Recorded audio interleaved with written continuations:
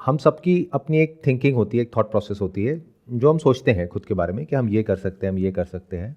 Maximum number of people जो भी achieve करते हैं लाइफ में, वो उस थिंकिंग के रैल्म में ही होता है। यानी कि जहाँ तक वो सोचते हैं उतना ही अचीव कर पाते हैं, या उतना भी नहीं कर पाते हैं बहुत लोग। बट सवाल ये उठता है, क्या जो हमारी थिंकिंग है, यानी जो हमारे माइंड में बैठा हुआ है, एक बिलीफ है कि हम इतना कर सकते हैं, क्या हम उससे ज़्यादा अचीव कर सकते हैं? अगर हाँ तो कैसे? सर, जैसे हम अपने आप से ज़्यादा क्वेश्चंस नहीं करते हैं, जिसकी वजह से हमारा थॉट प्रोसेस जो है वो काफ़ी लिमिट होता है और वो एक्सपैंड नहीं हो पाता कि हम उसके बियॉन्ड सोच पाए। हम अपने आप से बहुत ज़्यादा क्वेश्चंस नहीं पूछते हैं। किस तरह के क्वेश्चंस? जैसे अभी लाइफ में कुछ अचीव करने की बात हो रही थी कि how we can achieve more than what we think. तो सर, जैसे कोई पर्टिकुलर जैसे करियर है, अगर मैं सैलरीड हूँ, तो मैं जॉब कर रहा हूँ, तो मैं उसमें डेप्थ ज़्यादा क्वेश्चंस नहीं करता हूँ कि इधर मैं मतलब सर वो किसी भी चीज़ से रिलेटेड हो, हम ज़्यादा अपने आप से क्वेश्चंस नहीं कर पाते, जिसकी वजह से मुझे ऐसा लगता है कि थॉट प्रोसेस भी हमारा लिमिटेड रहता है, वो एक्सपैंड नहीं हो पाता है। इसको एक स्टेप और आगे बढ़ाते हैं। हम क्वेश्चंस क्यों नहीं पूछते हैं अपने आप से? क्या आप क्वेश्चंस पूछते रहते हैं अपने आप से सुबह से रात सर तक? क्वेश्चंस करते हैं बट राइट क्वेश्चंस नहीं करते हैं। अब ये राइट क्वेश्चन क्या होता है और रॉन्ग क्वेश्चन क्या होता है? राइट क्वेश्चंस जितना हमारे एक्सपीरियंस में चीजें आ रही हैं उसी से रिलेटेड हम लोग क्वेश्चन करते रहते हैं। मतलब अगर जैसे अभी आप कोई क्वेश्चन करेंगे वो मेरे एक्सपीरियंस से बियॉन्ड है। अब उस चीज के बारे में अगर मैं सोचता हूँ अपने माइंड के अंदर तो एक नया नजरिया मिलता है वो उस चीज को देखने का, तो वो राइट काइंड ऑफ क्वेश्चंस हो गए। इस पे थोड़ा सा और डीपली समझने की कोशिश करते हैं कि राइट क्वेश्चन और रॉन्ग क्वेश्चन क्या होते हैं। आपने कहा अपने आप से हम क्वेश्चन नहीं करते हैं, और ये बात बिल्कुल सही है। जब तक क्वेश्चन नहीं करोगे, ग्रो कैसे करोगे लाइफ में? अब ये सही क्वेश्चन क्या है और गलत क्वेश्चन क्या है? ऐसा तो नहीं है कि हम क्वेश्चंस के साथ में ठहरते नहीं है। Do you stay with a question? क्या कभी ऐसा होता है कि कोई एक क्वेश्चन है जो माइंड में आया, and that too it has to be the right question. अभी राइट और रॉन्ग क्या है उस पर अभी हम आते हैं।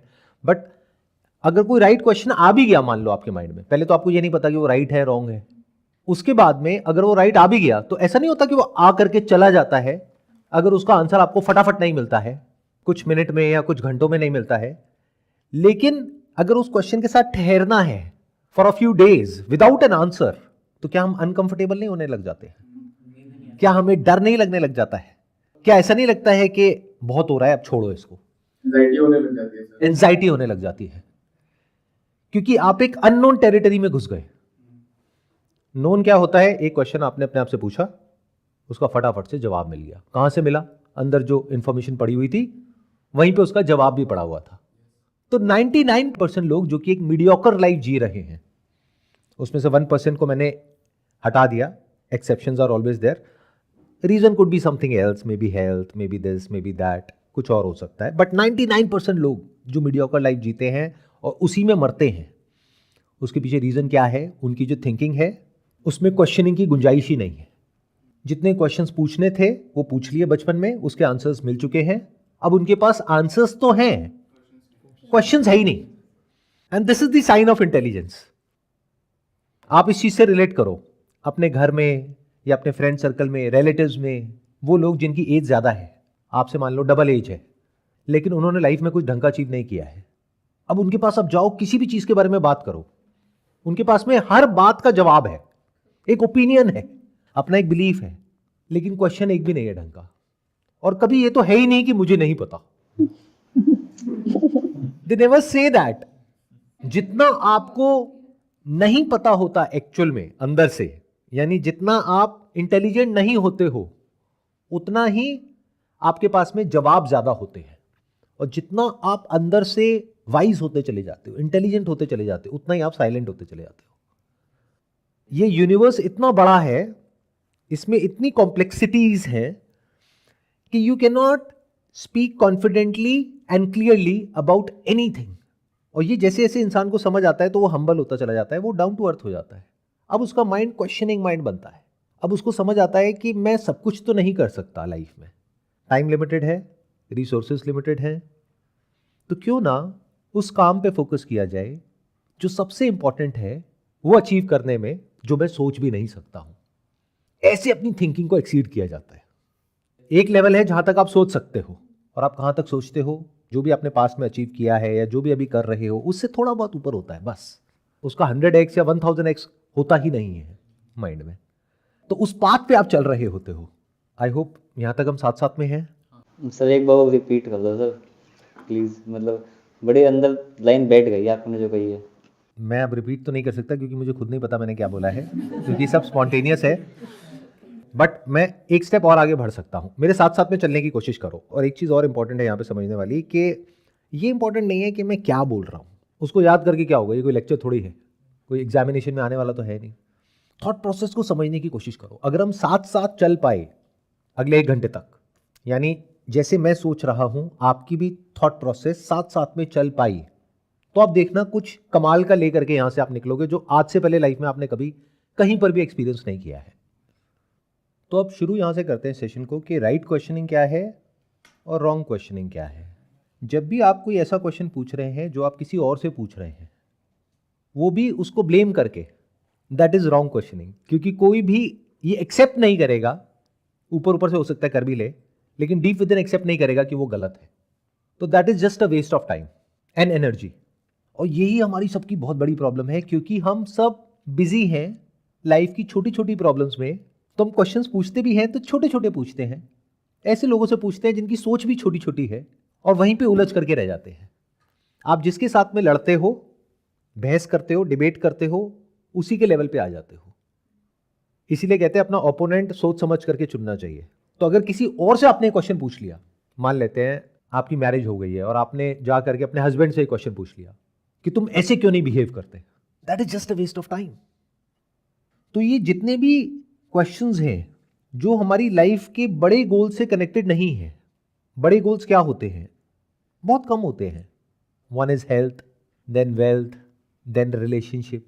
हेल्थ जब मैं बात कर रहा हूं तो फिजिकल हेल्थ भी आ गया, मेंटल हेल्थ भी आ गया। जब वेल्थ की बात कर रहा हूं तो आपका प्रोफेशन कवर हो गया है। रिलेशनशिप की बात कर रहा हूं तो हैप्पीनेस कवर हो गया है। Because happiness is always relative, it is always in relation to something और समवन। ये बात याद रखना हमेशा। जो कुछ लोग बोलते हैं ना कि बिना किसी के मैं खुश हो जाऊंगा, ये भी एक उनका थॉट है जिसको पकड़ करके वो खुश हो रहे हैं, जो टिका रहने वाला नहीं है। जैसे ये थॉट जाएगा तो उनके अंदर का जो खालीपन है, जो अकेलापन है, वो उनको काटेगा। ठीक है, यहां तक क्लियर हो गया?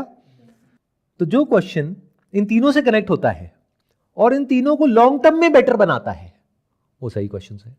मतलब अगर आप अपने आप से ये क्वेश्चन पूछ रहे हो कि मैं अपनी हेल्थ को लॉन्ग टर्म में बेटर कैसे बनाऊं, नॉट इन शॉर्ट टर्म, तो बिल्कुल सही क्वेश्चन है। यानी कुछ ऐसा करूं, माइनर चेंजेस, जिसको कि मैं आराम से इंप्लीमेंट कर सकूं आज ही, अभी, और पूरी जिंदगी के लिए जिसको सस्टेन कर सकूं।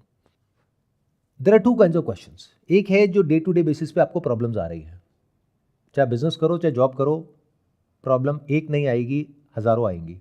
उसमें से कुछ प्रॉब्लम्स ऐसी हैं जो टेम्पररी है, कुछ ऐसी है जो परमानेंट है। तो अगर कोई परमानेंट प्रॉब्लम है जिसके लिए आप क्वेश्चन पूछ रहे हो कि इसका सोल्यूशन कैसे निकाला जाए, तो क्या सही क्वेश्चन है या गलत क्वेश्चन है? सही क्वेश्चन है। सही क्वेश्चन है। तो सही क्वेश्चन पूछने के लिए पहले आपको पता होना चाहिए कि क्या टेम्पररी है, क्या परमानेंट है। जैसे जब हम बिजनेस करते हैं, क्योंकि मेरा बिजनेस का बैकग्राउंड है तो उससे मैं आपको एग्जांपल दे सकता हूं। जब बिजनेस करते हैं तो डेली की 100 प्रॉब्लम्स आती हैं, जिसमें से मान लो 10 मेरे तक पहुंचती है, because I am sitting at the top. अब उन 10 में से मुझे डिसीजन लेना होता है कि कहां मुझे अपना ध्यान देना है और कहां नहीं देना है।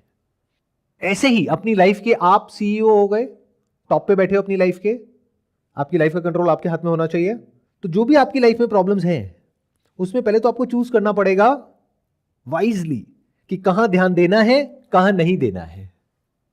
कहीं ऐसा तो नहीं है आप छोटी मोटी लड़ाइयों में उलझ करके रह गए हो, गॉसिप्स में उलझ करके रह गए हो, विच is called zero sum game. आप अगर 10 साल तक भी वो करते रहोगे तो एंड में कुछ मिलने वाला नहीं है। कहीं ऐसा तो नहीं है आप एक ब्लेम गेम खेल रहे हो जिससे कुछ मिलने वाला नहीं है। ब्लेम करते रहो अपने पेरेंट्स को कि आपने बचपन में मुझे अच्छी पढ़ाई नहीं दी, जिस वजह से आज देखो मेरा क्या हाल है, व्हाटएवर। तो इस ब्लेम गेम से कुछ मिलने वाला है? एंड में कुछ हाथ आने वाला है? कुछ भी नहीं। क्या आप बेटर होगे या और नीचे गिरते चले जाओगे, और आपकी सोच नीचे नीचे नीचे नीचे इतनी नीचे गिर जाएगी जिसकी कोई हद ही नहीं है।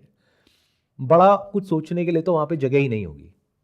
तो पहले माइंड में जगह होनी चाहिए, स्पेस होना चाहिए। यानी कि पहले पता होना चाहिए कि क्या प्रॉब्लम बड़ी है, क्या छोटी है, क्या टेम्पररी है, क्या परमानेंट है।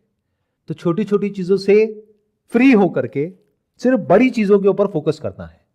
और आपकी लाइफ की जो बड़ी प्रॉब्लम्स हैं वो आपकी लाइफ की बड़ी प्रॉब्लम से बिल्कुल अलग हो सकती है। बिल्कुल मतलब बिल्कुल अलग। तो अपनी लाइफ को स्टडी करना है, किसी और की लाइफ को देख करके डिसीजन नहीं लेना है। और वो टाइम के साथ साथ चेंज होती है। आज कुछ और है, टॉप 3 प्रॉब्लम्स आपकी लाइफ की, हो सकता है 10 साल बाद कुछ और होगी, तो वो चेंज हो जाएगी। तो आज आपको आइडेंटिफाई करना है पहले तो कि आपकी टॉप 3 प्रॉब्लम्स क्या हैं, फिर ये सोचना है कि लॉन्ग टर्म के स्टैंड पॉइंट से उसका सोल्यूशन कैसे निकालें। शुरू यहां से करना है कि मेरे पास में उसका सोल्यूशन नहीं है, या अगर है भी तो वो इंप्लीमेंट नहीं होता है, और ऐसा सोल्यूशन जो इंप्लीमेंट ना हो सके वो सोल्यूशन है ही नहीं। ये क्लियर हुआ? आप लोगों के पास बहुत सारे सॉल्यूशंस होते हैं कि मैं अगर ये कर दूं ना तो ये हो जाएगा, लेकिन आपको पता है कि ऐसा कभी होता ही नहीं है, वो आप 10 बार करके देख चुके हो, तो that is not a solution. मेरी बात आई एम नॉट श्योर आप लोगों को समझ आई या नहीं आई।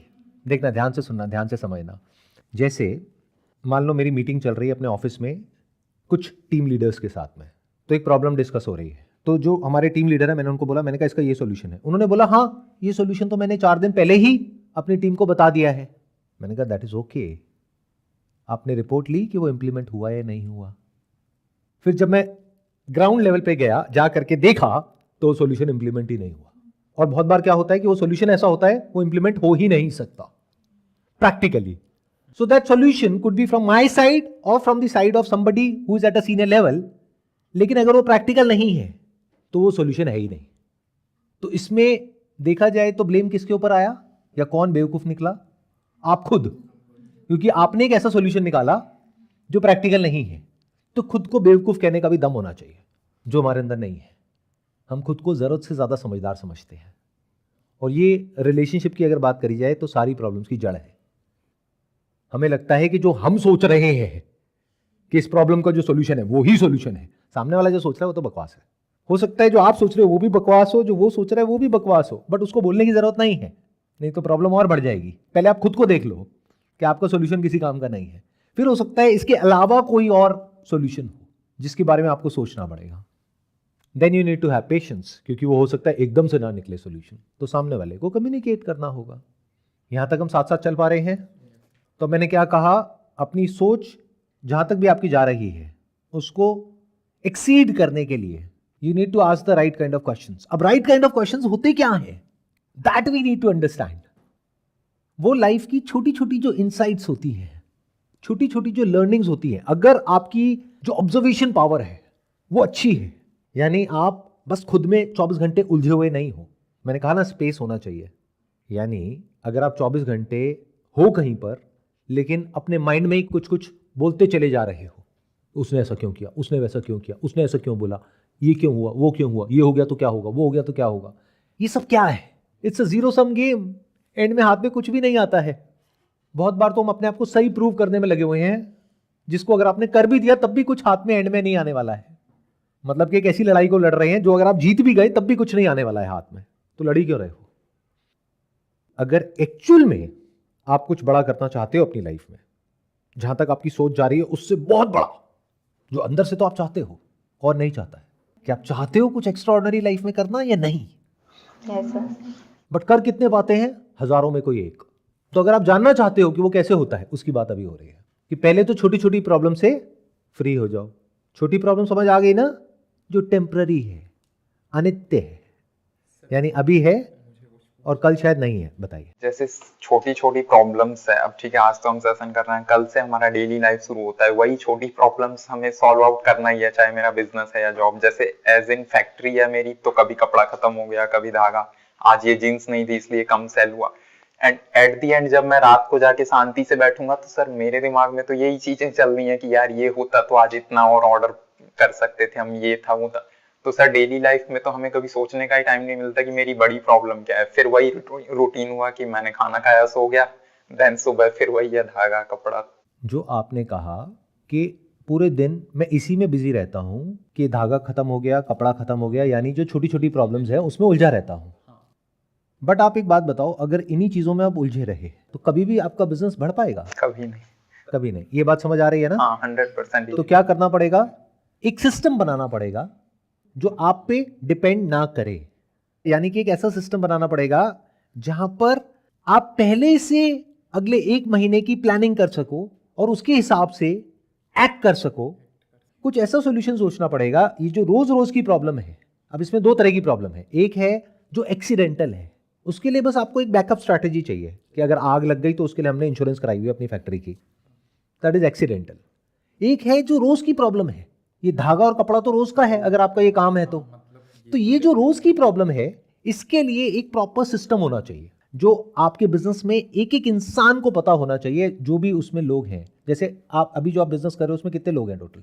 अभी सर 12 लोग हैं टोटल। तो उन 12 के 12 लोगों को एग्जैक्ट पता होना चाहिए और ये भी पता होना चाहिए कि ये काम किसका है। वो काम 2 लोगों का नहीं होना चाहिए, क्योंकि 2 का होगा तो वो दोनों एक दूसरे पे डालेंगे। वो एक का होना चाहिए। जब वो छुट्टी पर है तब वो किसी और का होना चाहिए।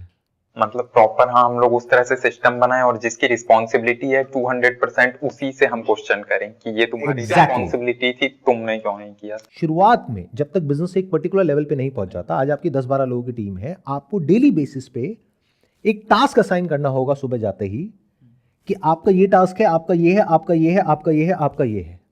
कोशिश ये करनी है कि खुद कुछ भी नहीं करना है, या करना भी है तो सिर्फ वो करना है जो बिल्कुल ही इंपॉर्टेंट है बिजनेस के लिए। और वो इंपॉर्टेंट क्या है? बिजनेस को आगे बढ़ाने के लिए, बिजनेस को मैनेज करने के लिए नहीं, क्योंकि 12 लोगों की टीम ऑलरेडी है। अगर नहीं होती तो मैं कहता कि हाँ मैनेज आपको करना है। तो मैनेजमेंट से इनको बाहर निकलना पड़ेगा, क्योंकि अभी इस स्टेज में इनकी लाइफ में मैनेजमेंट यूजलेस टास्क है, छोटा काम है, टेम्पररी है, ऑलरेडी टीम है।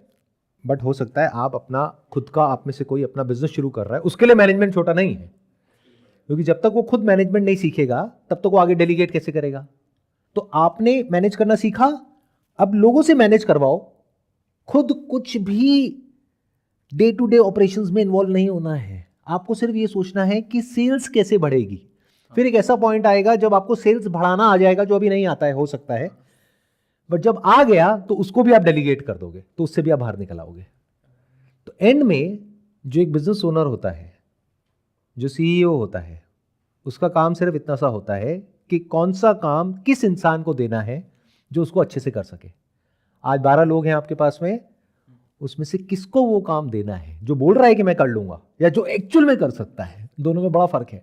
और उसका इंसेंटिव क्या है उस काम को करने में। आपको एक रियल लाइफ एग्जांपल देता हूं, मजेदार, अभी ताजा ताजा, फ्रेश एकदम। एक हमारा बिजनेस है जिसके बारे में आप लोगों को पता है, और कुछ बिजनेसेस हैं जिसके बारे में आप लोगों को नहीं पता है। उसमें से एक बिजनेस है जहां पे अभी नया नया उस काम को शुरू किया और सेल्स बहुत तेजी से बढ़ रही है, इतनी तेजी से जितना हमने सोचा भी नहीं था। मतलब शुरू हुआ था आज से 2 महीने पहले, तब दिन के आ रहे थे 20-30 ऑर्डर, 50 ऑर्डर, फिर आ गए 100 ऑर्डर, फिर आ गए 200 ऑर्डर, फिर आ गए 500 ऑर्डर। ये सब हुआ 1.5 महीने के अंदर। तो टीम बेसिकली जा करके 300 ऑर्डर पे अटक गई। मतलब उनके माइंड में बैठ गया कि 300 ऑर्डर तक तो हम कर सकते हैं। तो उनकी सोच जा करके 300 ऑर्डर पर डे पर अटक गई। जबकि मुझे पता है कि उस टीम में कैपेबिलिटी है, 20 लोगों की टीम है, वो दिन के 2000 ऑर्डर भी संभाल सकती है, बट उनकी सोच अटक चुकी है 300 पे। तो मेरी सोच है 2000 ऑर्डर की पर डे की, उनकी सोच है 300 ऑर्डर की पर डे की। अभी अलाइन कैसे होगी? तो अब समझो मैंने क्या किया, इसका क्या सोल्यूशन निकाला। मैंने कहा इसको अलाइन करना पड़ेगा। मतलब मेरी जो सोच है और उनकी जो सोच है वो सेम लेवल पे लानी पड़ेगी, तभी काम होगा ना। उनकी सोच है 300, मेरी सोच है 2000, बहुत बड़ा गैप है।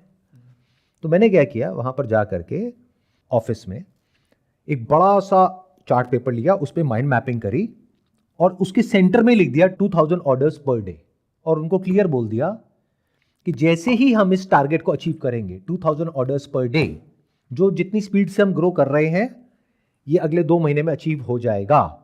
तो अचीव होते ही जो भी आपकी सैलरी है, मान लो 50,000 रुपए है, तो आपको 2 महीने का एक्स्ट्रा बोनस उस पर्टिकुलर मंथ में मिल जाएगा। यानी कि अगर अभी 50,000 रुपए है तो 50,000 रुपए तो सैलरी मिलेगी उस महीने में, प्लस 1 लाख रुपए और मिल जाएगा एज एन इंसेंटिव सबको। सिर्फ सेल्स वालों को नहीं, पैकिंग वालों को, शिपिंग वालों को, जो भी इन्वेंट्री मैनेज कर रहे हैं उनको, जो वेयर हाउस में काम कर रहे हैं उनको, सबको। फिर जैसे ही हम 5,000 ऑर्डर्स पर डे को अचीव करेंगे, जो अगले 3 से 4 महीने में हो जाएगा, उनको 3 चेक एक्स्ट्रा मिलेंगे। आप लोगों को सुनने में लग रहा होगा कि पता नहीं हो सकता है, नहीं हो सकता, बट हमारी कंपनी में पहले पास में बहुत बार ये हो चुका है। तो उनको ये समझ आ रहा है कि अगर मैं बोल रहा हूं तो वो हवा में नहीं है बात। तो उनको ये तो कॉन्फिडेंस है कि हाँ ऐसा होगा। बट इससे हुआ क्या, थॉट प्रोसेस मेरी और हमारी टीम की अलाइन हो गई। अब वो भी सब चाहते हैं कि हम 2000 को अचीव करें, and they are open for ideas कि कैसे करें। पहले अगर मैं बात करता तो एक रेजिस्टेंस आ जाती तो हम अपनी सोच से आगे कैसे बढ़ते हैं, ये क्लियर हुआ। मैंने यहाँ पे एक और लेयर को टच कर दिया इस कॉन्वर्सेशन की। अभी तक हमारा टॉपिक ये था कि कैसे हम अपनी सोच को एक्सीड करें। मैंने बताया कि अगर आपकी सोच तो बड़ी है लेकिन आपकी टीम की छोटी है, तो उनकी भी सोच को अपनी सोच पे कैसे लाते हैं। जब प्रॉफिट शेयरिंग होती है, रिवॉर्ड शेयरिंग होता है, मतलब आप कहो कि काम आप करो लेकिन फायदा पूरा मुझे होगा, तो बात नहीं बनेगी। उस प्रॉफिट को शेयर करना पड़ेगा। अब आ जाते हैं वापस से अपने ऊपर। जब हम किसी काम को करते हैं तो हमारी अपनी एक सोच होती है कि हम यहां तक अचीव कर सकते हैं। ये होती है जो सोच करके हम उस काम को शुरू करते हैं। फिर जब करते हैं एक्चुअल में और रिजल्ट उस हिसाब से नहीं आता है, तो हमारा ध्यान चला जाता है रिजल्ट की तरफ, तो बड़ी सोच पीछे चली जाती है। कैलकुलेशन होने लग जाती है वो छोटे रिजल्ट के बेस पे। आया समझ में? नहीं आया? देखो मैं एग्जांपल देता हूँ। जैसे किसी काम को शुरू किया, तो शुरू क्या सोच करके किया कि ये जो मैं काम कर रहा हूँ इसमें हमारा टारगेट सेगमेंट है, इंडिया की पॉपुलेशन है मान लो 150 करोड़, उसमें से ये हमारा टारगेट सेगमेंट है मान लो 15 करोड़ लोग। तो 15 करोड़ लोग अगर हमारे इस प्रोडक्ट को यूज करते हैं महीने में एक बार, तो हमारी कंपनी की रेवेन्यू हो जाएगी 150 करोड़, एज एन एग्जाम्पल। लेकिन जब हम एक्चुअल में उस काम को करना शुरू करते हैं और कुछ दिन हो जाते हैं और रिजल्ट आना शुरू होता है, तो एकदम से तो 150 करोड़ नहीं आ जाएगा ना, वो आने में तो 5-10 साल लगेंगे ना। तो जब रिजल्ट आता है तो ध्यान वहां चला जाता है और सारी कैलकुलेशंस उसके अकॉर्डिंग होने लग जाती है। इसको और सिंपल करता हूं जिससे आप लोग रिलेट कर जाओ। जैसे किसी एंट्रेंस की हम तैयारी करते हैं, तो एंट्रेंस का जो एक्चुअल में रिजल्ट आना है वो तो आना है 1 साल बाद या 2 साल बाद, लेकिन जो पहला टेस्ट होता है उसमें जो नंबर आते हैं वो आपकी एक्चुअल में सोच बन जाती है। मतलब गए थे उस इंस्टीट्यूट में ये सोच करके मेरे को इसको क्रैक करना है, लेकिन जब पहला टेस्ट दिया वहां पर उस इंस्टीट्यूट में तो नंबर आए इतने कम, तो अब दिमाग वहां चलता है, वहां नहीं, उसको हम भूल जाते हैं कि अब मैं इससे ज्यादा कैसे लाऊं। मतलब मान लो 100 में से चाहिए 90, आपके आए 50, तो अब क्या दिमाग में 90 चलता है या 50 चलने लग जाता है? 50 चलने लग जाता है। आप सोचते हो 50 को 60 कैसे करूं। जैसे बिजनेस को आप शुरू करते हो ये सोच करके कि यहां से 10 लाख रुपए महीने का आएगा और पहले महीने में लॉस होता है 10,000 रुपए महीने का, तो अब दिमाग क्या चलेगा कि 10 लाख कैसे आएगा, पहले ये 10 तो निकालू, 10 तो निकालू। समझ गए? अब आया समझ में? तो आपकी सोच कहां चली गई? बड़े से हट करके छोटे पे, फिर और छोटे पे। अब ये 10 निकालने के चक्कर में आप उल्टे सीधे काम करोगे तो 10 का 20,000 रुपए लॉस होने लग जाएगा महीने का। अब आप कहोगे अब क्या करूं, अब आप पैनिक मोड में आ चुके हो, अब आपको समझ ही नहीं आ रहा मैं करूं क्या। वो बड़ी सोच तो गायब हो चुकी है। इंसान कहता है जो भी मिल जाए बढ़िया है, किसी भी तरीके से सरवाइव करो, किसी भी तरीके से आगे बढ़ो। तो यही तो टॉपिक है आज के सेशन का, ध्यान से समझोगे तो। मतलब हुआ क्या कि आपने कुछ सोच करके एक काम को शुरू किया, जब एक्चुअल में गए तो रिजल्ट मिला बहुत कम। मान लो आपने इंजीनियरिंग करी कहीं से, जब कॉलेज से निकल रहे थे तो माइंड में बैठ गया कि मेरे को तो 20 लाख का पैकेज ऐसे ही मिल जाएगा। जब मार्केट में गए तो पैकेज मिला मैक्सिमम 6 लाख रुपए का, वो भी एक ऐसी कंपनी से जो आपको पता है कि रखने के बाद में कुछ महीने में निकाल देगी। एक्चुअल में जो पैकेज मिला वो मिला 5 लाख रुपए का। तो अब आप ये सोच रहे हो कि 5 लाख को 6 लाख कैसे किया जाए, 20 लाख कहां है। अभी तो आप ये सोच रहे हो अभी मेरे को 5 लाख की जो जॉब मिली है, पहले तो इसको कैसे बचाऊं, ये हाथ से ना निकल जाए, ऊपर से 5 का 6 कैसे होगा, यहीं पे होगा या जॉब चेंज करनी पड़ेगी। बस ये हो गई छोटी सोच। अब तो सबको क्लियर हो गया ना? Now we are on the same page, right? अभी रिसेंटली क्या है, 3 महीने पहले मैंने गारमेंट स्टोर ओपन किया एक मॉल में, और मैंने यही सोच के ओपन किया था कि बहुत बड़ा स्टोर होगा, फिक्स प्राइस पे, फिक्स रेंट में। मॉल में स्टोर लेने के बाद, शॉप लगाने के बाद मुझे पता चला पूरा मॉल ऐसा है, 5,000 बोला और आप निकल के जा रहे हो, सर आप इधर आओ 500 में दे देगा। तो देखो यही हो रहा है। अब ये ग्राउंड रियलिटी है जो हमें पता नहीं होती है काम शुरू करने से पहले। बड़े स्टोर्स का भी यही है, मतलब उसने 5,000 बोला, नहीं दे सकता, मेरी मम्मी कसम नहीं दे सकता, आप निकल के जा रहे हो, भैया आप इधर आओ, चलो कोई नहीं 100 रुपए बचेगा मुझे, पर आपको दे देता हूँ मैं। तो ये मम्मी कसम आपको दिन में कितनी बार खानी पड़ती है? मतलब सर मैं बता रहा हूँ साथ, तो फिर नहीं तो ऐसा क्यों नहीं करते, लिख करके लगा दो माँ कसम मैं नहीं दे सकता जगह जगह पर। हाँ। फिर शुरू में मैंने ये चीज किया, फिक्स रेट, बट जो कस्टमर बेस था वहां का वो भी ऐसा ही कि हम इसलिए थोड़ी आते हैं इस मॉल में, हम तो इसलिए आते हैं कि रेट में झिकझिक होगी, हम अपनी रेट पे लेके जाएंगे, फिक्स रेट के लिए इस मॉल में कोई नहीं आ रहा। अब फिर फाइनली हमें भी वही करना पड़ता है कि 4,000 बोला और ठीक है 1,000 में लेके जाना है, लेके जाए यार, मतलब वही चलता है। अगर बंदा 4 में रेडी है तो वो 4 में गया, 3 में रेडी है तो 3 में, इवन अगर 100 रुपए भी बच रहे हैं वहां का ये नहीं है मैं कोई बात नहीं बेचू इसे। तो अभी क्या हो रहा है? जो आपने शॉप खोली कितना टाइम हो गया उसको खोले हुए? 3 महीने समथिंग। लॉस हो रहा है, प्रॉफिट हो रहा है? प्रॉफिट में है सर। तो फिर क्या टेंशन है? बट सर इस तरह से बड़ा नहीं सोच सकते ना जो आपने पॉइंट का, फिर बड़ा कहाँ से? कस्टमर रिपीट रेट तो है ही नहीं, किसी को आपने 5 जैसे रेंट कितना है 25,000 वो निकाल करके और खर्चे निकाल करके और जो लोग रखे हुए हैं सब हटा करके एंड में कितना बच जाता है महीने का? 35 to 40 तो बचता ही है कॉस्ट। और अभी शुरू करे हुए सिर्फ 3 महीने हुए हैं। बट अब प्रॉब्लम ये है जो मैं समझ पा रहा हूँ आपसे बात करके कि इसी पॉइंट पे जाकर के अटक जाओगे। हाँ बड़ा कैसे? इसको बड़ा कैसे करोगे? बड़ा तो हो ही नहीं सकता, रिपीट रेट तो कुछ हो ही नहीं सकती ना सर, इसमें कोई रिपीट ही नहीं है। बस फेस देख के आपको टोपी पहनाने वाला गया मैं पूरे मॉल का। यही गड़बड़ हो जाती है क्योंकि हम क्या करते हैं, हम एक्चुअल में ग्राउंड रियलिटी को नहीं समझते हैं। इसको ऐसे देखो, एक नदी का बहाव है जो इस तरफ जा रहा है, हम उसको बदलने में लगे हुए हैं और वहीं पे बिजनेस मॉडल के फेल होने की या स्टैग्नेंट होने की शुरुआत हो जाती है। जैसे मैं अगर आपकी जगह आऊंगा तो मैं क्या करूंगा इस बिजनेस में? हाँ बताइए। अब जैसे इसमें ये भी है ना, ठीक है इसमें ये भी है ना, जैसे मैंने कहा ठीक है मैं तो नहीं दे रहा, बगल वाला तो रेडी है ना, मैं नहीं दे रहा बगल वाला रेडी है। आप निकल के गए, नहीं मैं 800 में भी नहीं ले रहा, अरे भैया मैं दूंगा 600 में, वो चाचा का लड़का है, आप जाओगे कहाँ? ऐसे 4 दुकानें पास पास में ले लिया इन्होंने सेम। और सब अपनी माँ की कसमें खा रहे हैं। तो उनकी माँ का क्या होता है? जैसे पहले मैं कैलकुलेटर का यूज नहीं करता था क्योंकि मुझे पता है एक्चुअल प्राइस क्या है, फिर उन लोगों ने कहा ना कि जादू तो कैलकुलेटर का ही है। अब उसमें जैसे कस्टमर ने 5 चीजें ली, ऐसे खट खट खट खट किया मैंने, ये लो आपका ये हो गया। कस्टमर का माइंड वहां पे मतलब वैसे हो जाता है, यार ये क्या हो गया, ये वो, ठीक है भैया 3500 हो गए दे दो। अब वो कम ही नहीं करा सकता कैलकुलेटर पे, इतनी स्पीड से मैंने बटन दबाए, ऐसे गुना भाग किया और ये लो। मतलब कैलकुलेटर से वो लोग माइंड से खेल जाएंगे और वैसे, पर इस तरह से बड़ा बिजनेस नहीं बना सकते। नंबर 1 आप बड़ा बिजनेस नहीं बना सकते, नंबर 2 आप अंदर से तो कुछ गलत ही कर रहे हो ना, तो आप करप्ट होते चले जा रहे हो। मतलब बेसिकली आप कैलकुलेटर में जो कर रहे हो उसका मतलब ये हुआ कि है कुछ और दिखा कुछ और रहे हो।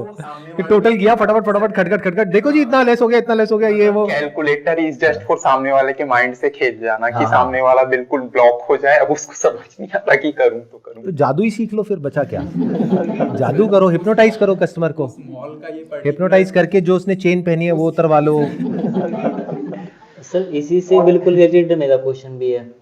हमारा ट्रांसपोर्टेशन का काम है, हमारे ट्रक चलते हैं, तो वहाँ पे क्या होता है, जो भी प्राइवेट सेक्टर में, गवर्नमेंट सेक्टर में अगर हम ट्रक लगाते हैं तो वहाँ पे टेंडर भरे जाते हैं, 1 साल का, 2 साल का, 5 साल का, इस तरीके से। तो वहाँ पे मान लो कोई कह रहा है मैं 40 रुपये किलोमीटर के हिसाब से अपना ट्रक दे दूंगा, कोई कहेगा मैं 35 के हिसाब से दे दूंगा, कोई कहेगा मैं 30 के हिसाब से दे दूंगा। और ट्रक तो सर सबके सेम ही है, तो इसमें चेंजेस भी क्या कर सकते हैं कि भाई हमारा ट्रक बढ़िया है बेकार है, ये भी नहीं कह सकते।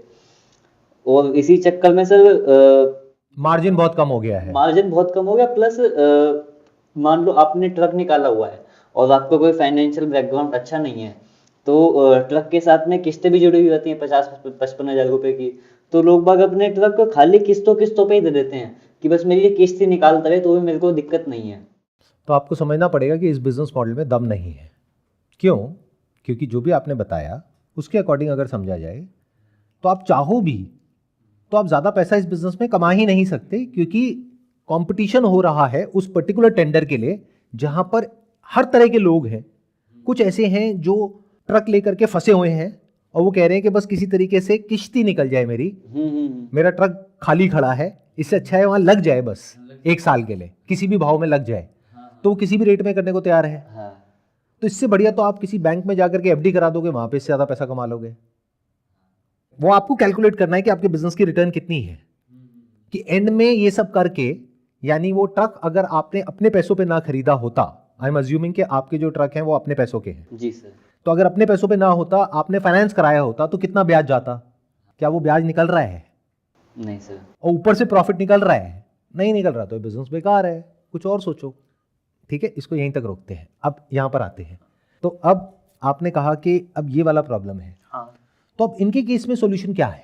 देखो, ये अभी क्या गलती कर रहे हैं, ये चाह रहे हैं एक ऐसे कस्टमर को एक ऐसा प्रोडक्ट बेचना, इस तरीके से बेचना जो उस कस्टमर को नहीं चाहिए। तो ये बेसिकली कस्टमर से कंपटीशन कर रहे हैं, कस्टमर से लड़ाई कर रहे हैं, जो दुनिया की कोई ताकत जीत ही नहीं सकती।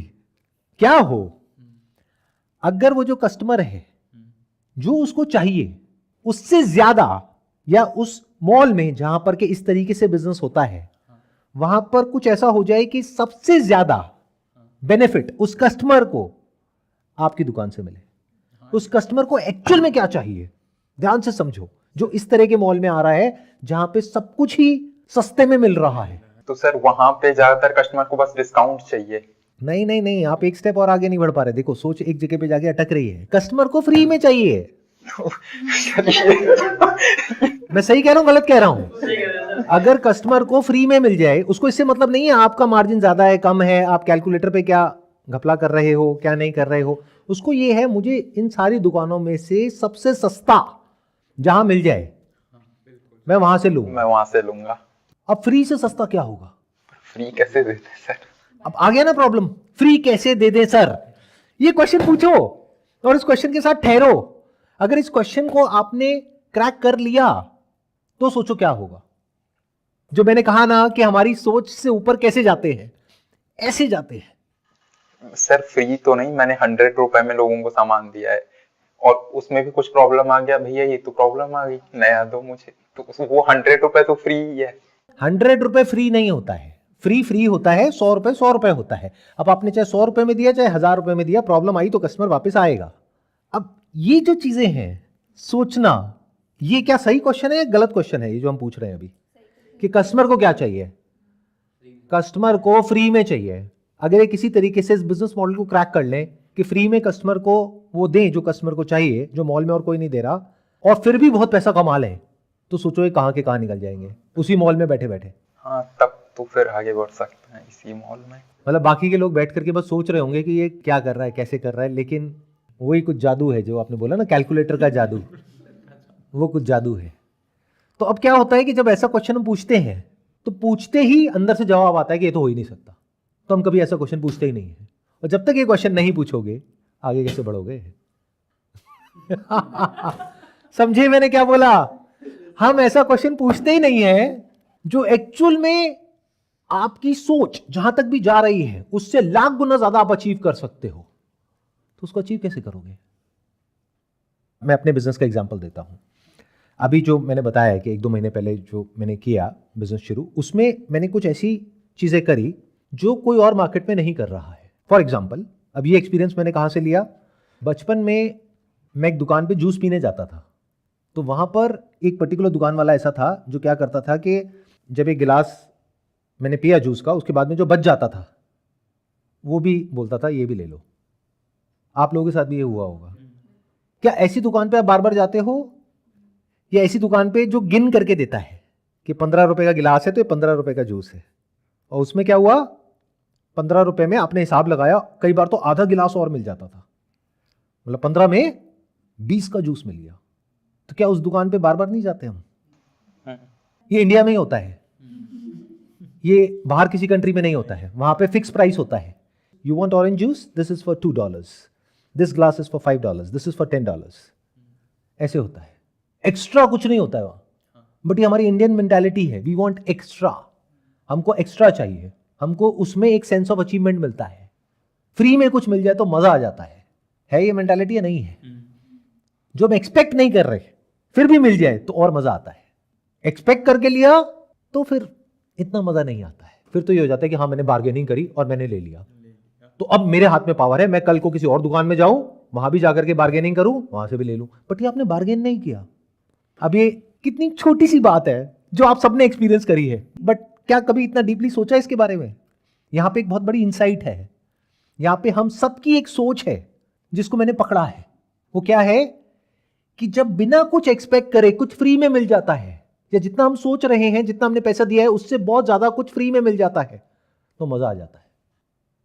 तो मैंने क्या किया, हमारे वहां पर जो नया बिजनेस है वहां पर जो भी ऑर्डर प्लेस कर रहे थे उनके लिए स्पेशली कुछ एनवलप्स मंगवाए हार्ट शेप के, उसमें फ्री गिफ्ट रखा, साथ में एक handwritten note, little surprise for जो भी उसका नाम था उसके साथ में, और एक हार्ट बना हुआ, और साथ में वो free gift, buy 1 get 1 but as a surprise. इसके बाद में क्या हुआ, जो रिपीट रेशियो था हमारे बिजनेस का, वो पहले था 20%, वो अब बढ़ करके हो गया है 50%। और बिजनेस वो जहां पर रिपीट हो, नहीं तो बिजनेस नहीं है। जैसे इनके बिजनेस में रिपीट रेशियो 0%। जो है वही है सर प्रॉब्लम। जैसे एक है मुर्गी का बिजनेस, एक है अंडे का बिजनेस। तो अभी इनका मुर्गी का बिजनेस है या मुर्गे का बिजनेस है। जो भी है मुर्गों के भी कपड़े रखते हो आप या सिर्फ मुर्गियों के रखते हो? किसी के sir men's and women's sir. अच्छा, दोनों रखते हो, ठीक है, तो दोनों काटते हैं। बट हम लोगों ने ये सोचा था 1 साल बाद दूसरे मॉल में बड़ा स्टोर ले लेंगे जहाँ फिक्स प्राइस। वो तो आपने सोचा था, सोचते तो सब बहुत कुछ है, उसको छोड़ दो ना। क्योंकि जो आपने सोचा था वो तो बहुत लोग ऑलरेडी कर रहे हैं। जैसे टाटा का एक ब्रांड है जिसके बारे में आपने सुना होगा, ज़ूडियो। हाँ सर, काम किया था मैंने 1.5 साल। उससे सस्ते में क्या दोगे? वो दे तो रहे हैं सस्ते में। यही सर पॉइंट है जो यहाँ पे मॉल में लोग नहीं समझ रहे, बाकी के शॉपकीपर्स की। ज़ूडियो ने आधे से ज्यादा बिजनेस तो ऑफलाइन ऐसे ही ले लिया है। हम लोग अगर सेम शर्ट और पैंट दे रहे हैं 2000 में, ज़ूडियो 1500 में जूतों के साथ दे देगा शर्ट पैंट, तो बंदा ज़ूडियो ही जाएगा। तो खत्म खेल। तो लॉन्ग टर्म में ये जो बिजनेस कर रहे हैं उसमें कोई दम नहीं है। और इनको ये क्वेश्चन पूछना पड़ेगा आज, 1 साल बाद नहीं, क्योंकि तब तक तो हो सकता है बहुत देर हो जाएगी। क्योंकि जो ज़ूडियो है वो और एग्रेसिव होता चला जाएगा धीरे धीरे टाइम के साथ साथ। मतलब उनका जितना प्रोडक्ट, क्योंकि उनकी जो परचेजिंग है वो बहुत बड़ी वॉल्यूम्स में है, तो उनको वो रेट मिल रहा है जो आप सोच भी नहीं सकते। जो कपड़ा आप 300 रुपए का खरीद रहे हो उसको पड़ रहा है 150 रुपए का, और वो दे रहे हैं 499 का, जो आप बेच रहे हो 1000 रुपए का, तो उनसे कॉम्पीट कैसे करोगे? तो ये क्वेश्चन पूछना है ना। नहीं सर ये पूछा, लेकिन उस मार्केट में पॉसिबल ही नहीं हो पा रहा था इसको इम्प्लीमेंट। यही तो गड़बड़ है, ये वर्ड कहां से आते हैं? पॉसिबल नहीं हो पा रहा, ये नहीं हो पा रहा, वो नहीं हो पा रहा। It's just about asking the right kind of question. देखो, अभी मैं फिर से उस पर आता हूं कि जो अभी हमने बिजनेस शुरू किया, वो बिजनेस जब शुरू किया तो इतना अच्छा नहीं चल रहा था, लेकिन धीरे धीरे कुछ चीजें उसमें इंप्लीमेंट करी। अब वो किस बेसिस पे करी? जब मैंने अपने आप से क्वेश्चंस पूछे कि अच्छा कस्टमर आ तो रहा है लेकिन कन्वर्ट नहीं हो रहा है, तो कन्वर्ट कैसे होगा? ये एक क्वेश्चन पूछा। अच्छा कन्वर्ट तो हो गया, रिपीट नहीं हो रहा है, वो कैसे बढ़ाए? रिपीट तो हो गया, वर्ड ऑफ माउथ नहीं है, वो कैसे बढ़ाए? ये 3 ही तो पिलर्स हैं बिजनेस के, और क्या है? तो इससे रिलेटेड क्वेश्चंस पूछे जिसका जवाब मुझे इमीडिएटली नहीं मिला, कुछ दिन लगे, कई क्वेश्चंस के साथ में कुछ हफ्तों तक ठहरा रहा, फिर कुछ जवाब मिला। जब टीम से बात करी तो उन्होंने कहा सर ये तो पॉसिबल ही नहीं है, इतना सब कैसे हो पाएगा? मैंने कहा ऐसे हो पाएगा।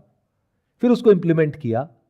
आज वो बिजनेस ऑर्गेनिकली का मतलब होता है कि बिना किसी एडवर्टाइजिंग के इतना तेजी से ग्रो कर रहा है जितना शायद अभी हम सपने में भी नहीं सोच सकते, या मैंने नहीं सोचा था कि इतनी जल्दी इतना तेज ग्रो कर जाएगा बिजनेस। मतलब क्या हुआ, मेरी जो सोच थी उसको मैंने एक्सीड कर दिया। मेरा जो टारगेट था कि पहले साल में हमको इतनी रेवेन्यू अचीव करनी है, वो शायद अगले हम 3 महीने में अचीव कर जाएंगे। तो ये क्यों हो पा रहा है? क्योंकि कुछ ऐसे क्वेश्चंस पूछे जो पूछने सबसे ज्यादा जरूरी थे। वो क्यों पूछ पाया? क्योंकि मैंने वो क्वेश्चन पूछते वक्त अपने अंदर से ये नहीं कहा कि ये तो हो ही नहीं सकता। जैसे मैं अगर आपके बिजनेस में हूं तो मैं बार बार अपने आप से यही क्वेश्चन पूछूंगा कि कस्टमर को क्या चाहिए।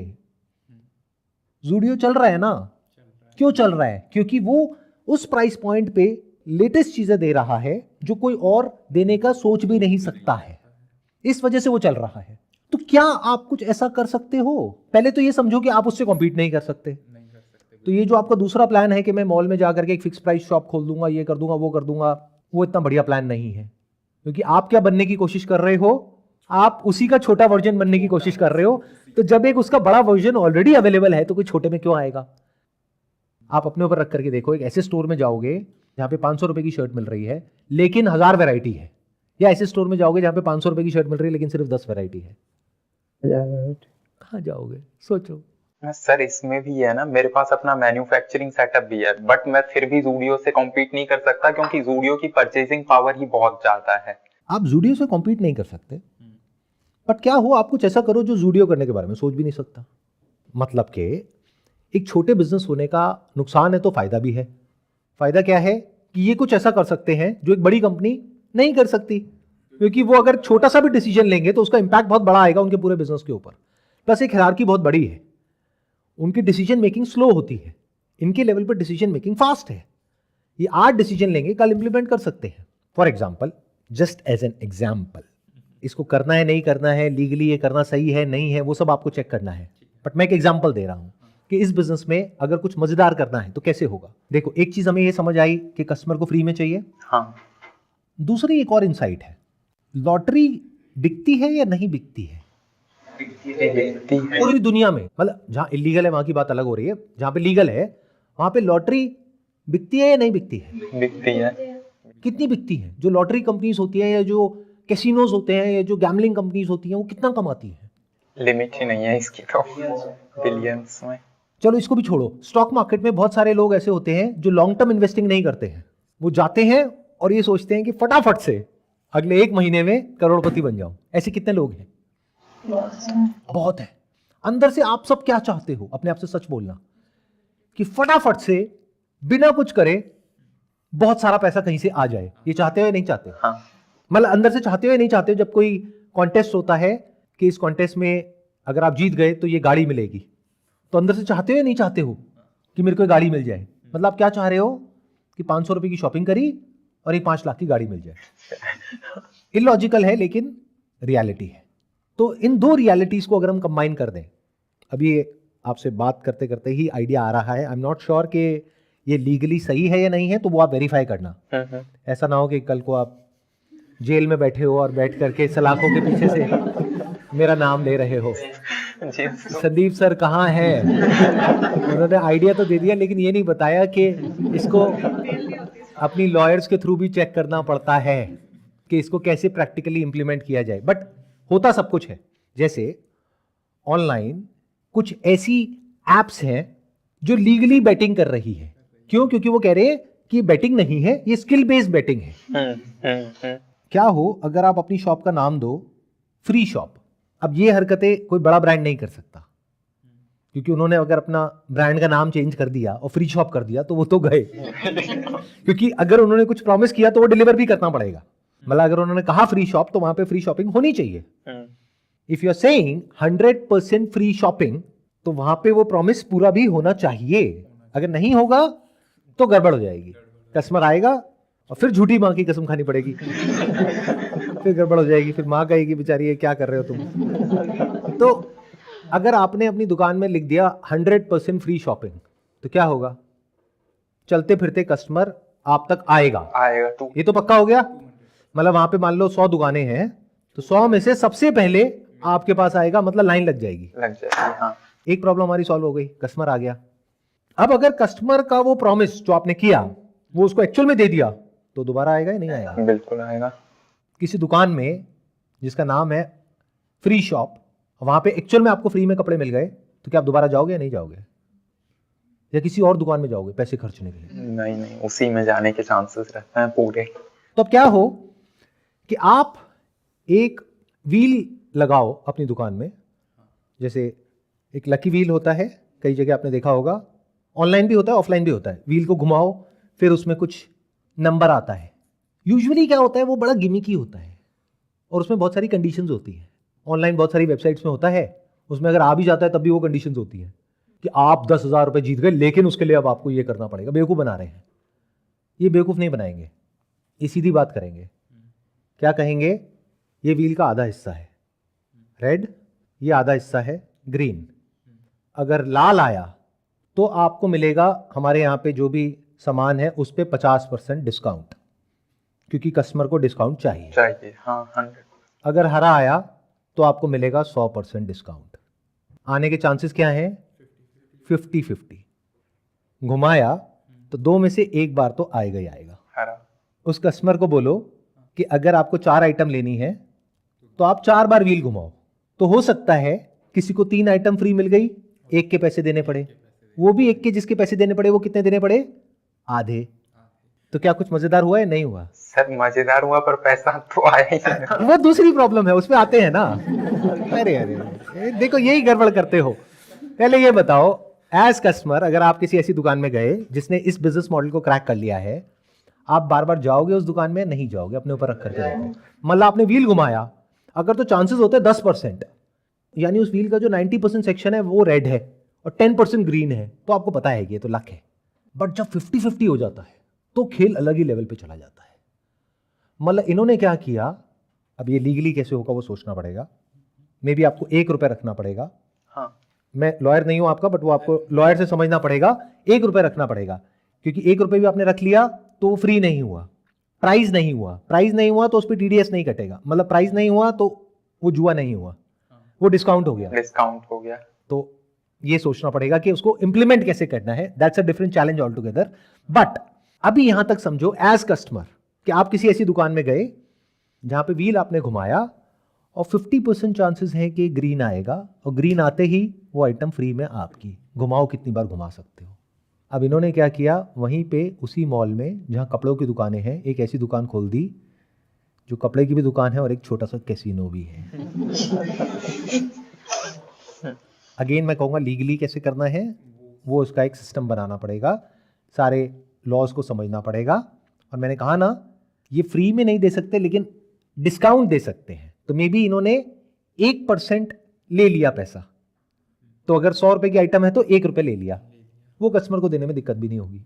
वो टीएनसी में छोटा छोटा लिखा होगा फ्री है लेकिन 1 रुपए देना है वॉट। या बिल्कुल ही सेफ चलना है लीगली तो एक तरफ हो गया 99% डिस्काउंट, एक तरफ हो गया 50% डिस्काउंट, ये भी बुरा थोड़ी है, एज गुड एज फ्री हो गया ना। मतलब 500 रुपए का कपड़ा जो साथ के मॉल में या साथ की और शॉप्स में 500 रुपए का मिल रहा है, आप 5 रुपए का दे रहे हैं। हाँ तो ये तो मजा आ गया। हाँ, कस्टमर को तो मजा ही आ गया, खत्म बात, लीगली आप सेफ हो गए। हाँ। तो अगर ये हो गया तो आपका एक बिजनेस मॉडल क्रैक हुआ, कस्टमर आना, जो फुटफॉल है वो बढ़ गया, प्लस जब कस्टमर जीत करके जाएंगे इस तरीके से तो वहीं पे आप एक सेल्फी कॉर्नर बनाओगे। जैसे ही वो इंसान जीतेगा तो कोई मजेदार सा म्यूजिक बजेगा और वहां पर एक सेल्फी कॉर्नर होगा जहां पे उसको कोई क्राउन पहनाया जाएगा और वो जो चीज उसने जीती है उसके साथ में उसकी फोटो खींचेगी, जिसको चाहे तो अपने सोशल मीडिया पे पोस्ट कर सकता है। उसके मोबाइल से आप खींचोगे, आपकी टीम में से कोई खींचेगा। तो इससे क्या हो रहा है, आपने क्या कर दिया, गेमिफिकेशन। खेलने में सबको मजा आता है, ये सच है झूठ है? काम करने में मजा आता है, खेलने में मजा आता है। खेलने में मजा आता है ना, हाँ। तो ये गेमिफिकेशन हो गया। अब अगर उसने सोशल मीडिया पे डाला कि I just von this for free from free shop located at this, तो आपकी मार्केटिंग किस लेवल पे हो गई? बहुत ज्यादा हो गई। तो वहां पे लाइन लग जाएगी, तो एक एक करके टोकन मिलेगा लोगों को, आओ अब आपकी बारी, अब आपकी बारी, आपकी बारी। जितनी भीड़ और होगी, लोग पागल हैं, लोग वहीं जाते हैं जहां पे भीड़ होती है, जो खाली पड़ा होता है वहां तो कोई जाता ही नहीं है। ऐसा होता ही नहीं होता है? जिस रेस्टोरेंट पे सबसे ज्यादा भीड़ होती है, वेटिंग होती है, वहीं जाकर के सारे खड़े हो जाते हैं, बाकी साथ में खाली पड़ा है, चाहे उसका खाना बढ़िया है, नहीं जी वहां नहीं जाएंगे हम तो वहीं जाएंगे जहां पे सारी भीड़ है, वो बढ़िया ही होगा ना। तो बस यही हो जाएगा आपके साथ। तो हमारे बिजनेस मॉडल का ये भी क्रैक हो गया, वर्ड ऑफ माउथ भी क्रैक हो गया, आग की तरह बात फैल गई पूरी सिटी में, रिपीट कस्टमर भी आ गया। अब सिर्फ एक चैलेंज रह गया कि पैसा कैसे कमाओगे जी। बड़ा आसान है, 1000 रुपए का प्रोडक्ट है, एक तरफ से आपने दिया 50% डिस्काउंट, एक तरफ से दिया 100% डिस्काउंट, आने की प्रोबेबिलिटी क्या है? 1:1। मतलब क्या हुआ, एवरेज आउट करोगे तो 75% फ्लैट डिस्काउंट। बिल्कुल, इतना तो आप अभी भी दे ही रहे हो। हाँ, मतलब वैसे ही रहता है कुछ भी। 10 रुपए का माल हमने 100 रुपए में किया और उसको 50%, 60%, 70% डिस्काउंट दिया। हाँ। तो मैं वही तो कह रहा हूँ, वही तो कर रहे हो आप। बाकी दुकान वाले भी तो यही कर रहे हैं क्योंकि वहां पे नेगोशिएशन चलता है। तो कोई भी फ्लैट प्राइस तो करता ही नहीं उस मॉल में। 100 रुपए का माल आपने 1000 रुपए का प्राइस किया और उसके बाद उसे 500, या तो वो 1000 रुपए का आपने 500 में दे दिया, तो बिलिंग पहले ही करा लो कस्टमर से। हाँ, समझ। नहीं तो क्या होगा, कस्टमर बाद में मुकर जाएगा, वो कहेगा फ्री में तो मेरा, 50% तो तेरा। हाँ। तो पहले बिलिंग होगी, बाद में व्हील घुमाओगे। ठीक है ना? हाँ, ये कैसीनो टाइप। हाँ। तो आप आए थे यहाँ पे एक ऐसे इंसान बन करके जो कि एक सीधा साधा सा दुकानदार था जो अपना कपड़े का काम कर रहा था। अब जब यहाँ से बाहर निकलोगे तो आप एक जुआरी बन करके बाहर निकलोगे, आप एक कैसीनो के मालिक होगे। इसीलिए तो होते हैं सेशंस। नहीं सर, बिजनेस में वैसे भी हम कितनी बात कर लें, बट एक्चुअल जब आप मार्केट में जाते हो चीजें अलग ही है, चाहे वो ऑनलाइन है ऑफलाइन है, एक्चुअल में अलग है। और हम कितना ही बात कर लें, कितना ही कॉन्फिडेंस आ जाए, बट एक्चुअल तो अलग ही रहता है बिजनेस में। अभी इन्होंने एक बात कही कि हम जितनी मर्जी बातें कर ले, एक्चुअल अलग होता है। एक्चुअल कभी अलग नहीं होता है। एक्चुअल मतलब जो एक्चुअल में है, जो रियलिटी है, वो हमेशा सेम होती है, बातें अलग अलग होती है। वही। अरे वो ही नहीं, ध्यान से सुनो, सुनोगे तो कुछ इंटरेस्टिंग लेकर के जाओगे यहां से। आपने जो बोला है और जो मैं बोल रहा हूं उसमें जमीन आसमान का फर्क है। आप ये कह रहे हो कि हम चाहे जितनी मर्जी बातें कर लें, यानी कि ये जो अभी हम बातें कर रहे हैं ये थ्योरेटिकली तो बड़ी अच्छी लग रही है, जब प्रैक्टिकली करेंगे तब पता लगेगा। अरे नहीं बॉस, मैं कुछ और कह रहा हूँ। मैं कह रहा हूँ जो रियलिटी है वो कभी नहीं बदलती है, जो एक्चुअल चीज़ है वो नहीं बदलती है। टेबल तो टेबल है, ये नहीं बदलती है। इसके बारे में जो बातें हो रही हैं वो बदलती है। तो जो बातें मैंने करी वो एक्चुअल के बेस पे करी है, वो फेल नहीं हो सकता है। बट अगर आप बातें कर रहे हो कुछ ऐसी जो रियलिटी या एक्चुअलिटी के बेस पे ना हो तो फेल होगा। हाँ, ये बिजनेस इलीगल हो सकता है, इसकी वजह से आपको जेल हो सकती है, वो बात अलग है, लेकिन ये बिजनेस फेल नहीं हो सकता है क्योंकि जो एक्चुअल ह्यूमन साइकी है उसको हमने जाकर के हिट किया है। अगर एक्चुअल को आप समझ जाओ, जो रियलिटी है उसके हिसाब से एक्ट करो, तो यू कैन नॉट फेल। इस बिजनेस को फेल करके दिखाओ, कैसे करोगे? ये फेल हो ही नहीं सकता। हाँ, इसको मैनेज कैसे करना है वो इंपॉर्टेंट टास्क है। इसमें प्रॉफिट कैसे कमाना है वो भी हमने क्रैक कर लिया है। बिजनेस मॉडल क्या होगा वो भी क्रैक कर लिया है। कस्टमर के पॉइंट ऑफ व्यू से भी क्रैक कर लिया है। वर्ड ऑफ माउथ भी क्रैक कर लिया है। रिपीट भी क्रैक कर लिया है। कस्टमर कैसे आएगा वो भी क्रैक कर लिया है। सब कुछ तो क्रैक हो गया है। अब क्या बचा? बस एक लीगैलिटी वाला इशू बच गया है। उसको एक बार बात करना पड़ेगा अपने चार्टर्ड अकाउंटेंट के साथ में बैठ करके या किसी लॉयर के साथ में बैठ करके, उसका रास्ता निकालना होगा। उसके भी रास्ते होंगे। समझे मैंने क्या कहा? क्योंकि ये जो बिजनेस मॉडल अभी जिसके बारे में मैंने बात करी, ये एक एक्चुअल बिजनेस के बेस पर बात करी है। गैम्बलिंग से बड़ा कोई बिजनेस नहीं है। अगर ध्यान से देखोगे, बहुत सारे ऐसे बिजनेसेस जो देखने में बहुत ही साफ सुथरे लग रहे हैं, अगर डीपली समझोगे तो गैम्बलिंग की ही एक अलग फॉर्म है। जैसे कि स्टॉक मार्केट, जहां पर बहुत कम लोग हैं जो इन्वेस्टर्स हैं और बहुत ज्यादा लोग हैं जो गैम्बलर्स हैं, जो मार्केट को टाइम करने की कोशिश कर रहे हैं, यानी फटाफट से बहुत पैसा कमाने की कोशिश कर रहे हैं। और स्टॉक मार्केट कितनी बड़ी मार्केट है, बहुत बड़ी। उसमें से मान लो 50-50 भी है। मैं बेस्ट केस सिनेरियो पकड़ रहा हूं कि 50% ऐसे हैं जो गैम्बलर्स हैं और 50% ऐसे हैं जो एक्चुअल में इन्वेस्टर्स हैं, जो ये समझते हैं स्टॉक मार्केट का मतलब कि एक कंपनी है, एक बिजनेस है जिसमें मैंने शेयर ले लिया और मैं उस कंपनी का मालिक बन गया। ऐसा कौन सोचता है? Rarest of rare. Share market को कैसे देखते हैं? किसी ने आकर के बोला अरे ये शेयर ले ले, ऊपर जाने वाला है। हाँ, ले लिया। अरे नीचे चला गया, अब क्या करूं? मर अब बैठ करके। तो ये गैम्बलिंग नहीं है तो और क्या है? तो गैम्बलिंग से बड़ा कोई बिजनेस नहीं है। कैसीनोज में जाकर के देख लो, सब भरे हुए मिलेंगे, दुकानें खाली होती हैं, कैसीनो कभी खाली नहीं होता है। तो it is a mixture of this innate desire of a human being which is called greed. उसको हमने एक्टिवेट कर दिया है। तो ये बिजनेस मॉडल फेल कैसे होगा, मुझे समझा दो। नहीं, इस तरह से तो फायदा। Greed up to the extent जिसके ऊपर वो पॉसिबल ही नहीं है। यानी फ्री के ऊपर क्या होगा? फ्री में अगर आपको कुछ मिल गया, उसके ऊपर कुछ है क्या? तो ये रियलिटी पिछले हजारों सालों में नहीं बदली, अगले हजारों सालों में भी नहीं बदलेगी। That is greed. Human beings are greedy. ये रियलिटी नहीं बदलने वाली है। जो बातें करते हो बिजनेस के बारे में वो सब हवा में है। बट ये जो जिसके बारे में आज हमने बात करी, ये बातें नहीं है, ये रियलिटी है। अगर इसको कोई ढंग से एग्जीक्यूट कर पाए तो। आई होप आज के सेशन से थोड़ा बहुत कुछ समझ आया, वो भी प्रैक्टिकली, कोई थ्योरेटिकली नहीं। अभी देखो ना हमने क्या किया। इनकी एक सोच थी जब ये यहां पर आए थे, उस सोच में कुछ बदलाव आया। हाँ, कि हम इसी शॉप को बड़ा ले जा सकते हैं बजाय कि दूसरे मॉल में बड़ा शॉप खोलें और उसके बाद ब्रांडिंग करें, के बजाय इसी को ब्रांड बना दिया जाए, छोटे को ही, फिर आगे जितने चाहे बड़े। और कुछ ऐसा किया जाए जो दुनिया में कोई और नहीं कर रहा है। जो मैंने अभी कहा, मुझे बताओ कौन कर रहा है, कहां कर रहा है? कोई भी नहीं। अब ये सॉल्यूशन निकला कैसे? क्योंकि सिंसियरली मैंने अपने आप से एक क्वेश्चन पूछा। जैसे ये क्वेश्चन मैंने पूछा था आप लोगों से, आप सब हंसने लग गए थे और आपने तो कहा था फ्री कैसे देंगे। बट अब देखो हमने फ्री दे दिया ना। हाँ। कितनों को दिया? ऐसा नहीं 10 में से 1 को दिया, 2 में से 1 को दिया। हर दूसरे कस्टमर में से 1 कस्टमर फ्री में शॉपिंग करके जाएगा आपके यहां से। कमिटमेंट गलत नहीं है। और बहुत सारे कस्टमर ऐसे भी होंगे कि वो आए, एक प्रोडक्ट लिया, व्हील घुमाया, अब उनके ऊपर है, वो एक प्रोडक्ट लेते हैं, 4 लेते हैं और पहली बार में ही 100% ऑफ आ गया। तो उन्होंने एक्चुअल में आपसे सारा का सारा सामान फ्री में लिया और बैग लेकर के अपने घर, 5,000 रुपए का सामान लेकर के अपने घर। सर वो कोई दिक्कत नहीं है सर, अगर फुटफॉल ज्यादा है आपके पास तो आप बहुत कम मार्जिन पे भी अच्छा जा सकते हो। फुटफॉल मैटर करता है बिजनेस में। नहीं नहीं नहीं, फुटफॉल नहीं, इसका फुटफॉल से कोई कनेक्शन नहीं है। इसका कनेक्शन है मैथमेटिक्स से। Mathematically probability wise you can not go wrong because you are working on the same concept जिसके बेस पर कैसीनोज काम कर रहे हैं। जैसे रूल एक गेम होती है, उसमें अगर आपने इधर लगाया तो पैसा डबल, इधर लगाया तो पैसा डबल, तो आप उसी कॉन्सेप्ट के ऊपर काम कर रहे हो। तो जब कैसीनोज फेल नहीं हुए पिछले इतने सालों में, तो आप कैसे फेल हो जाओगे? Mathematically it is impossible to fail in this business model, but customer के माइंड में क्या इल्यूजन क्रिएट होगी कि मैं जीत सकता हूं, क्योंकि अब आपने उसको ऐसी जीतने की पॉसिबिलिटी दे दी जो दुनिया में और कहीं अवेलेबल ही नहीं है। अभी आपको एक लॉटरी की टिकट खरीदनी है जो आपको भी पता है कि लगने के चांसेस करोड़ों में से एक है।